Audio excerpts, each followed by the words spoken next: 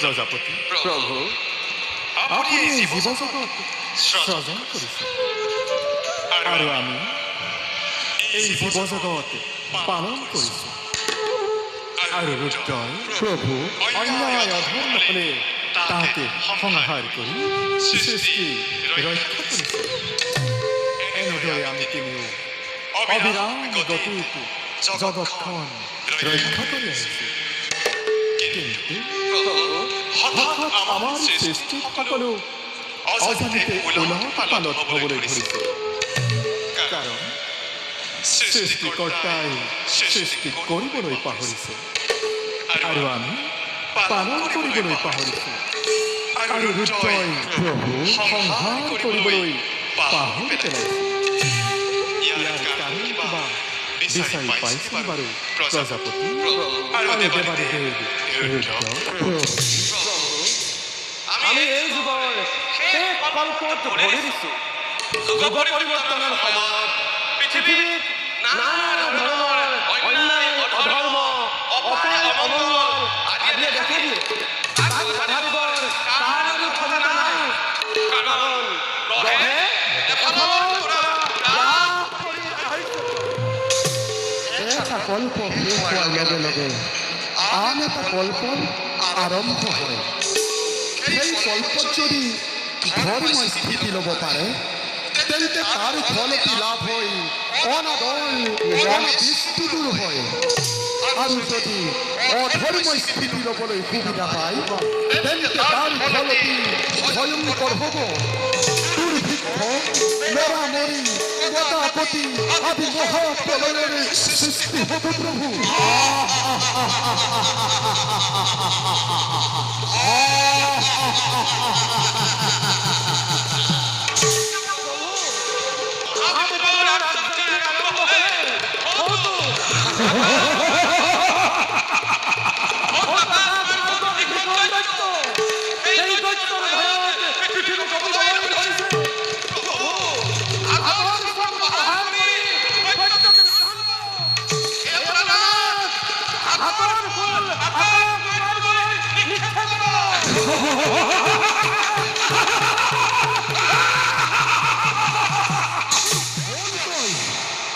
প্ৰভু মহাকুলে তোৰ বুকু ভেটি পেলাৰ আগতে তোৰ সত্য পৰিচয় অষ্টপ্ৰহৰী কৰি কৰোণা পাই মই আপোনালোকৰ মানৱ পুত্ৰ মহাকাল অসমত আবিৰ্ভাৱ হোৱাৰ কাৰণ কি মহাকাল? প্ৰভু এই পৃথিৱীৰ লক্ষণৰ ভাৰ আমাৰ ওপৰত দিয়া হৈছিল যদি বৰ্তমানে সেই দায়িত্ব পালন কৰাত মই অপাৰগ। তাৰ কাৰণ পৃথিৱীত অন্যায় অধৰ্ম অত্যাচাৰ অবিচাৰ কৰি সীমাত উপনীত হৈছে। ধৰ্মৰ নাম কুম্ভ এইটো নোহোৱা হৈছে। অধৰ্মই এফালৰ পৰা সকলো দিব নোৱাৰা হৈছো প্ৰভু। ধৰ্মই কিতাপি ল'ব নোৱাৰা হ'ল। মোৰ কাৰ্যকাল শেষ হৈ আহিছে প্ৰভু। তাৰ পৰিণাম কি হ'ব মহাকাল? তাৰ পৰিণাম অতি ভয়ংকৰ হৈ উঠিব মহাকাল মহাসাগৰৰ পানীয়ে সমগ্ৰ পৃথিৱী আগৰ শিক্ষা সভ্যতা জ্ঞান বিজ্ঞান সকলো মহাসাগৰৰ পানীতে ডুব যাব। যাক যজ্ঞ কৰিবলৈ ঋষি মুনিসকলৰ বেদ বেদান্তেও বাচি নাথাকিব প্ৰভু।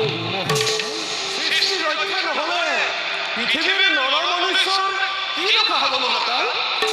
প্ৰভু পৃথিৱীত ধৰ্ম বুলিবলৈ একো নাই। সমগ্ৰ ধৰ্মই ফলৰ পৰা গ্ৰাস কৰি দিছে। মই আৰু চাই থাকিব নোৱাৰা হৈছো প্ৰভু। মোৰ কাৰ্যকাল শেষ হৈ আহিছে। গতিকে পৃথিৱী ধ্বংস অনিবাৰ্য। ইয়াৰ পৰা উপায় মহাকাল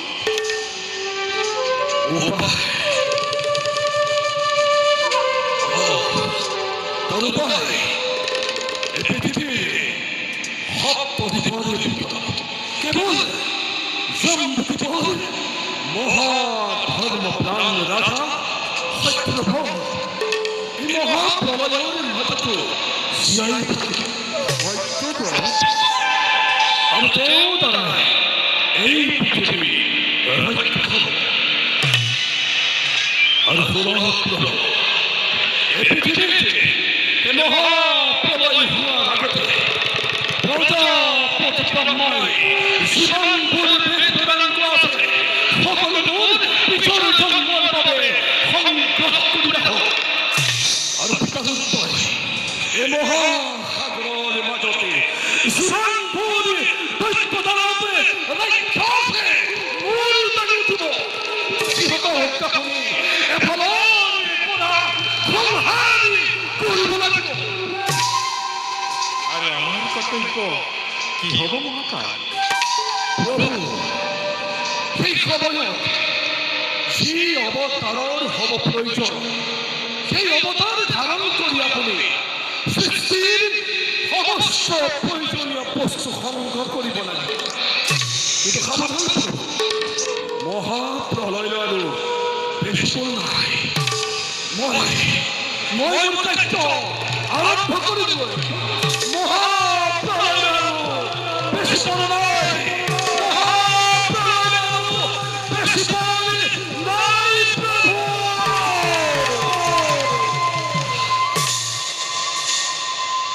এই সুন্দৰ বিৰঙ্গিয়া সৃষ্টি বেদ বেদান্ত শিক্ষা দীক্ষা সাহিত্য সভ্যতা সকলো মহাপ্ৰলয়ত লোপ পাব পুনৰ সৃষ্টি কৰিবলৈ আৰু থাকিব ক'ত প্ৰভু?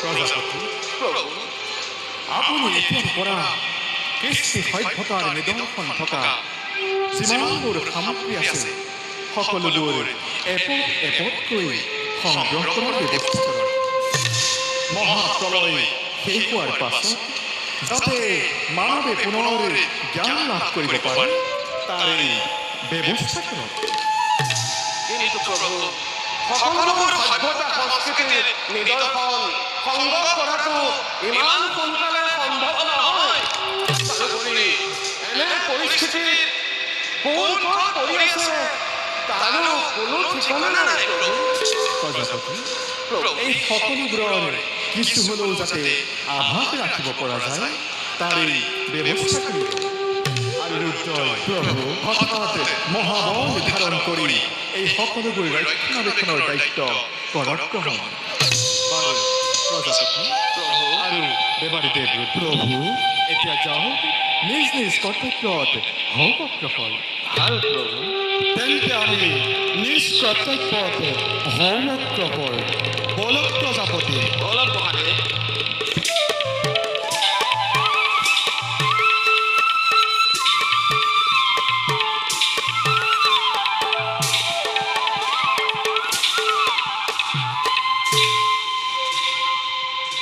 চাৰিওফালে কেৱল পানী পানী এই মহাপ্ৰলয়ৰ মাজত আমাৰ কি অৱতাৰৰ প্ৰয়োজন হয় আমি তাকে ভাবি পোৱা নাই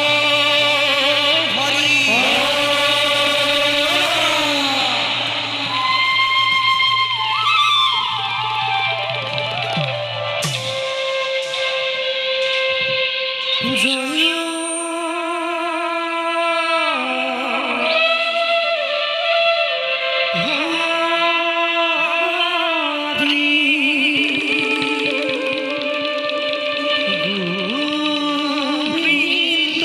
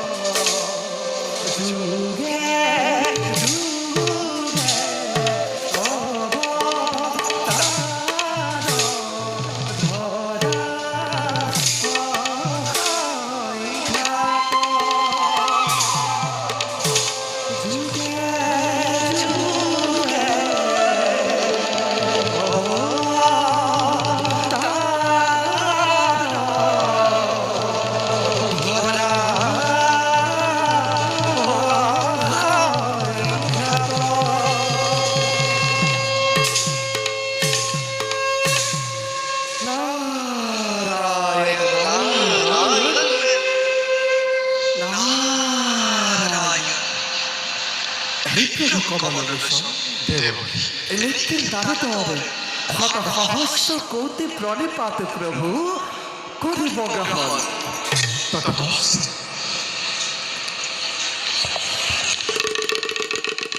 প্রভু নারায়ণ প্রভু অকলে অকলে একেবারে গভীর চিন্তাতে মগ্ন। আরে প্রভু আমি যেন তার কিনা সম্ভব পাম। দেবর্ষি প্রভু এক ভয়ঙ্কর বিপদ আজ জাননি পায়। ব্রহ্মা বিষ্ণু রুদ্র একেবারে ভীতি হয়ে পড়েছে। নারায়ণ এই মাত্র প্রভু মহাকালে আমি দ্বিগুণ বার্তা কিছুদিনের পাশতে পৃথিবীতে মহাপ্রলয়ের ঘোষণা হব। নারায়ণ মহাসাগরের বিশাল জলধারায় সমগ্র পৃথিবী ডুবাই ফেলাব। নারায়ণ পৃথিবীতে জীব জন্তু নাগ নর তরু তৃণ কেউই বাঁচে থাকিব না। নারায়ণ প্রভু এইবিলাক সংহার কৰিবলৈ এইবিলাক সংহাৰ কৰিবলৈ ৰুদ্ৰদেৱৰো কিমান সময়ৰ হ'ব প্ৰয়োজন। প্ৰভু দুষ্টক দমন আৰু সাধুসন্তক পালন কৰিবই লাগিব। দেবৰ্ষি প্ৰভু তুমি কথাটো একেবাৰে পাতল কৰি ভাবিছা। নাৰায়ণ এবাৰ ভাবিছো আছো প্ৰভু ধ্বংস হৈ যোৱা এই বিনন্দীয়া সৃষ্টি পুনৰ গঢ় দিয়াটো জানো ইমান সহজ? নারায়ণ অবশ্য থেকে এই মহাপ্রলয়ত কোনো কত বাঁচি নাথাকিব। কিন্তু মহাকালে কৈ গ'ল মহাকালে কি কৈ গ'ল প্ৰভু? জম্বুদ্বীপৰ ৰজা সত্যব্ৰত এই মহাপ্ৰলয়ৰ মাজতো জীয়াই থাকিব। নাৰায়ণ জম্বুদ্বীপৰ ৰজা সত্যব্ৰত হয় দেবৰ্ষি। জম্বুদ্বীপৰ ৰজা সত্যব্ৰত মহাধাৰ্মিক ৰজা প্ৰভু। তেওঁ দ্বাৰাই পুনৰ বিনন্দীয়া সৃষ্টি ৰক্ষা কৰিব পাৰিব প্ৰভু। সৃষ্টি ৰক্ষা কৰিব পৰা যাব, কিন্তু কেনেকৈ? শুনক প্ৰভু মহাপ্ৰলয় আৰম্ভ হোৱাৰ আগতে প্ৰয়োজনীয় সকলোবোৰ বস্তু তেওঁক সংগ্ৰহ কৰি ৰাখিবলৈ কওক।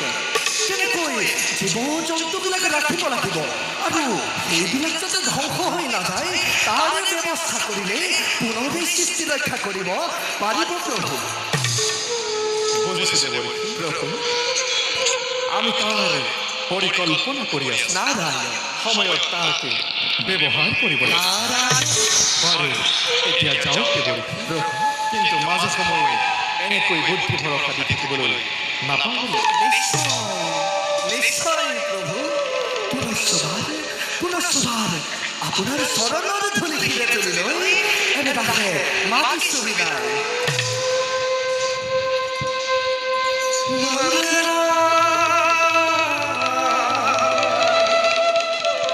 ভগৱান বিষ্ণু